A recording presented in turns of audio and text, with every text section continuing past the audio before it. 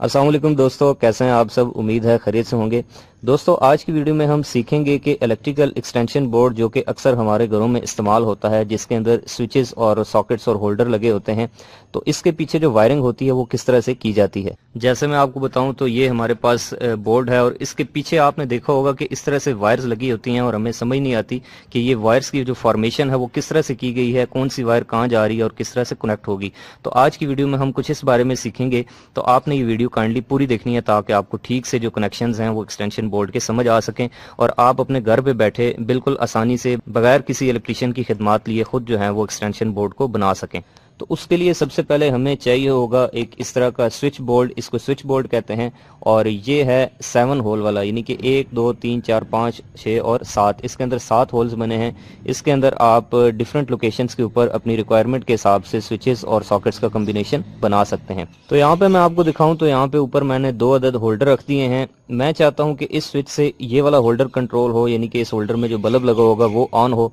इस स्विच से ये बल्ब कंट्रोल हो और इस स्विच के साथ ये 2 सॉकेट्स मैं लगाना चाहता हूँ। तो इसकी जो वायरिंग होगी जो इसके पीछे वो किस तरह से होगी, चलिए सीख लेते हैं। तो इसको लगाने का तरीका दोस्तों ये है कि आप देख सकते हैं कि इसके अंदर ये इस तरह के 2 सुराख बने होते हैं साइडों, और इसमें मैं आपको दिखाऊं तो यहाँ पर ये साइडों पे 2 इसकी पिन्स लगी हैं। इसके ऊपर ये जो बोल्ट लगे हैं इसको हमने सबसे पहले यहाँ से खोल लेना है, उतार लेना है। तो इसको लगाने का तरीका ये है कि आपने इसको इसके अंदर इस तरह से जो है वो इंसर्ट कर देना है और इसकी दूसरी साइड से इन पॉइंट्स के ऊपर हमने दोबारा से जो बोल्ट इसके उतारे थे उनको टाइट कर देना है।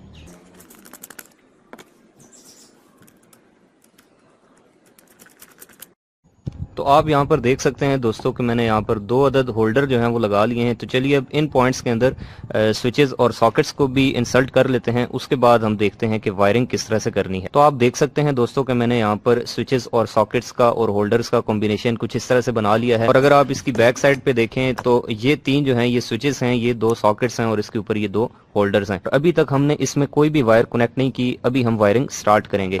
अगर मैं आपको यहाँ पे बताऊं तो इस स्विच से मैं चाहता हूं कि ये जो होल्डर है ये कंट्रोल हो, इस स्विच से ये होल्डर कंट्रोल हो और इस स्विच से ये 2 सॉकेट्स कंट्रोल हो। तो इसकी वायरिंग हमने कैसे करनी है, उसके लिए सबसे पहला असूल जो है वो ये है कि अगर मैं आपको दिखाऊं तो यहाँ पर देखें आप, जितनी भी चीजें हैं, चाहे वो होल्डर है, सॉकेट है या फिर स्विचेस हैं, इन सब के 2 ही टर्मिनल होते हैं, हमेशा 2 ही इनके पॉइंट्स होते हैं।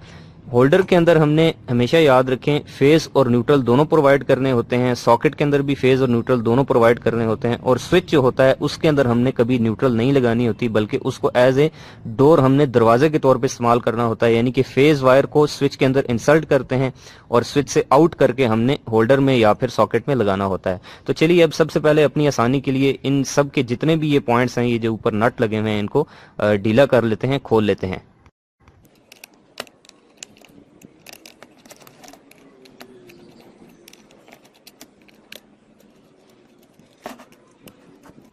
इसके बाद दोस्तों मैं आपको बताऊं तो हमारे पास जो है वो 2 किस्म की, 2 कलर्स की वायर्स होती हैं। एक रेड वायर यूज की जाती है वायरिंग में और एक ब्लैक वायर यूज की जाती है।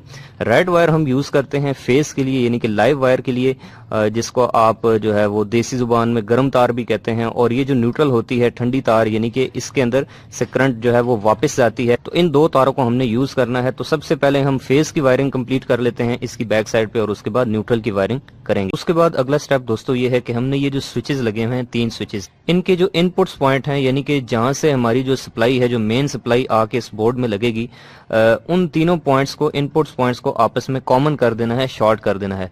आमतौर पर स्विचेस में नीचे वाली साइड पे इनपुट दी जाती है और ऊपर वाली साइड से टर्मिनल आउट किया जाता है। तो ये जो तीनों स्विचेस के नीचे वाले तीनों पॉइंट्स हैं, इनको हमने आपस में शॉर्ट कर देना है, कनेक्ट कर देना है। तो सबसे पहले मैं इन 2 स्विचेस को आपस में इस छोटी वायर के जरिए जो है वो शॉर्ट कर सकता हूँ। बाद औकात अगर बहुत सारे स्विचेस एक साथ लगे हों तो आप इस लंबी वायर की इंसुलेशन उतार के एक ही इस तरह के नंगे कंडक्टर आपस में उसके जरिए भी शॉर्ट कर सकते हैं। लेकिन यहाँ पर चूंकि 2 स्विच हैं तो मैं इस छोटी वायर के जरिए इसको शॉर्ट कर लेता हूँ।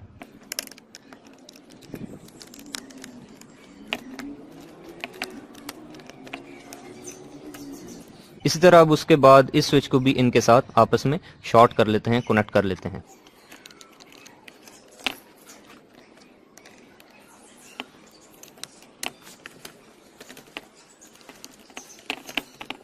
तो दोस्तों आप यहाँ पर देख सकते हैं कि मैंने तीनों स्विचेस की जो इनपुट पॉइंट है, जो इनपुट टर्मिनल है, उनको आपस में कॉमन कर दिया है। अब मैं दोस्तों ये चाहता हूँ कि इस स्विच के साथ यानी कि इस बटन के साथ जो है वो इसके ऊपर लगा हुआ होल्डर जो है, इसके अंदर जो बल्ब होगा वो कंट्रोल हो। तो उसके लिए हमने ये करना है कि इस स्विच से एक वायर आउट करके इस लैंप होल्डर की एक साइड पे लगा देनी है। तो मैं इस वायर के जरिए जो है वो इस स्विच से एक टर्मिनल निकाल के इस होल्डर में लगा देता हूँ।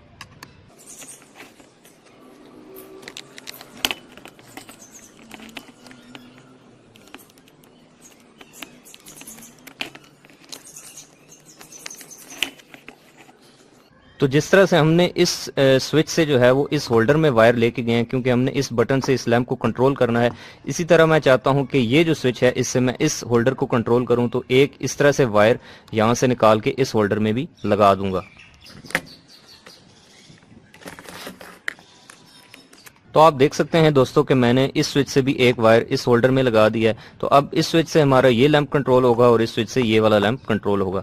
अब ये जो तीसरा स्विच बच गया, मैं चाहता हूं कि इससे ये जो दो सॉकेट्स हैं कंट्रोल हों।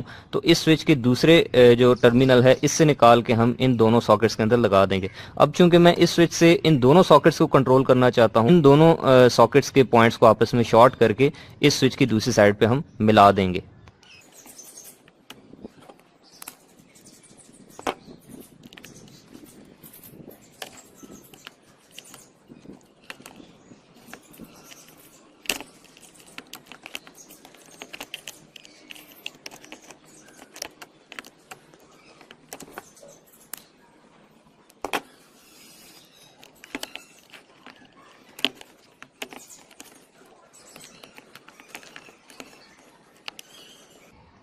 दोस्तों यहाँ पे मैं अगर आपको बताऊं तो इस स्विचेस से हमने चूंकि इन दोनों सॉकेट्स को कंट्रोल करना था, तो स्विच की दूसरी साइड से हमने इन दोनों सॉकेट्स के दोनों ऊपर वाले टर्मिनल्स के ऊपर लगा दिया है। अब इस सॉकेट के अंदर ऊपर वाले दोनों टर्मिनल्स में फेज आएगा और नीचे वाली साइड पे हमने न्यूट्रल कनेक्ट करनी है।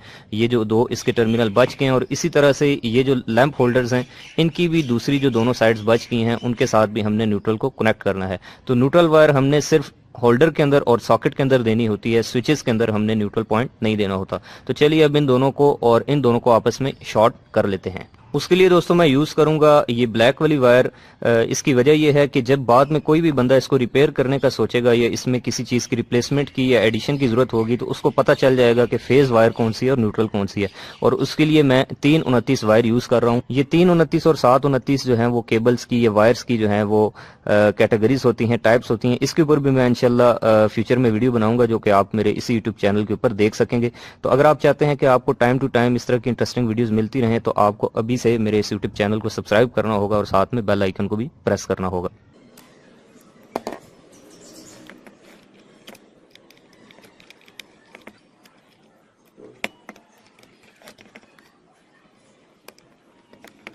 तो जिस तरह से मैंने इन सॉकेट्स के इन टर्मिनल्स के साथ इनको आपस में शॉर्ट किया है, तो इसी तरह हम इन लैंप होल्डर्स के भी दोनों टर्मिनल को जो दूसरी साइड पे हैं उनको भी आपस में हम एक ब्लैक वायर के जरिए जो है वो शॉर्ट कर लेते हैं।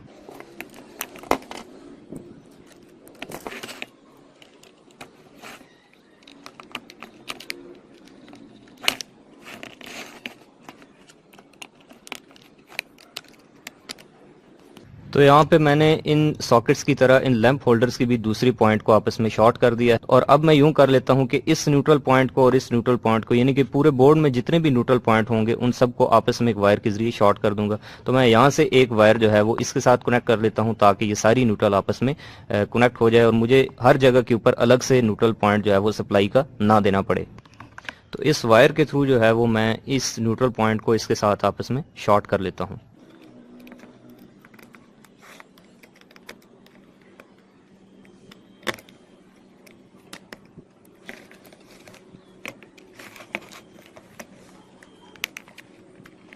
तो यहाँ पे आप देख सकते हैं कि मैंने इस न्यूट्रल पॉइंट को यानी कि लैंप होल्डर्स के पॉइंट्स को इस सॉकेट की न्यूट्रल के साथ लगा दिया है। तो चलिए अब हम इस बोर्ड के अंदर सप्लाई की दो वायर्स लगा लेते हैं। तो ये मेरे पास एक प्लग है जिसके साथ मैंने ये दो वायर्स लगाई हैं। तो इसके जरिए मैं इस एक्सटेंशन बोर्ड को सप्लाई प्रोवाइड करूंगा। तो ये वायर्स दोनों कहाँ पे लगेंगी, चलिए पहले सबसे पहले हम इन दोनों वायर्स को यहाँ से किए गए सुराख में से इंसर्ट कर लेते हैं।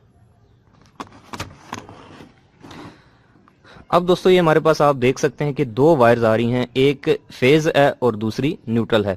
इस फेज को हमने कहाँ पे लगाना है, जहाँ पे हमने स्विचेस की इनपुट पॉइंट को शॉर्ट किया था, यानी कि जो स्विचेस की इनपुट है वहां पे ऊपर हमने इस फेज को लगा देना है। तो आपने देखा होगा कि यहाँ पर ये जो स्विचेस के इनपुट पॉइंट्स से तीनों पॉइंट्स इनको हमने शॉर्ट किया था, तो इन तीनों में से किसी भी एक पॉइंट के ऊपर हमने इस फेज जो हमारी वायर है इसको हमने लगा देना है। तो इधर भी लगा सकते हैं आप और इस साइड पे भी लगा सकते हैं, लेकिन ये ध्यान में रखना है कि इनपुट साइड पे लगाना है।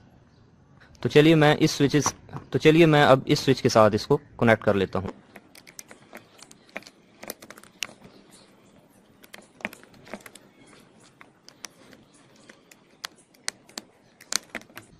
तो बिल्कुल ऐसे ही जैसे हमने ये इनपुट सप्लाई का फेज दिया है, इस न्यूट्रल को भी हमने उस जगह के ऊपर लगाना है जहाँ पे सारी न्यूट्रल जो है वो आपस में जुड़ी हुई हैं, शॉर्ट हो रही हैं। तो आप यहाँ पे भी लगा सकते हैं, इस पॉइंट पे भी लगा सकते हैं, इस पॉइंट पे भी, इस पॉइंट पे भी, किसी भी जगह के ऊपर लगाएं। चूंकि सारे पॉइंट शॉर्ट हैं तो वो सारी जगहों पे न्यूट्रल चली जाएगी। तो मैं चलिए इस साइड पे इस पॉइंट के ऊपर न्यूट्रल को कनेक्ट कर लेता हूँ।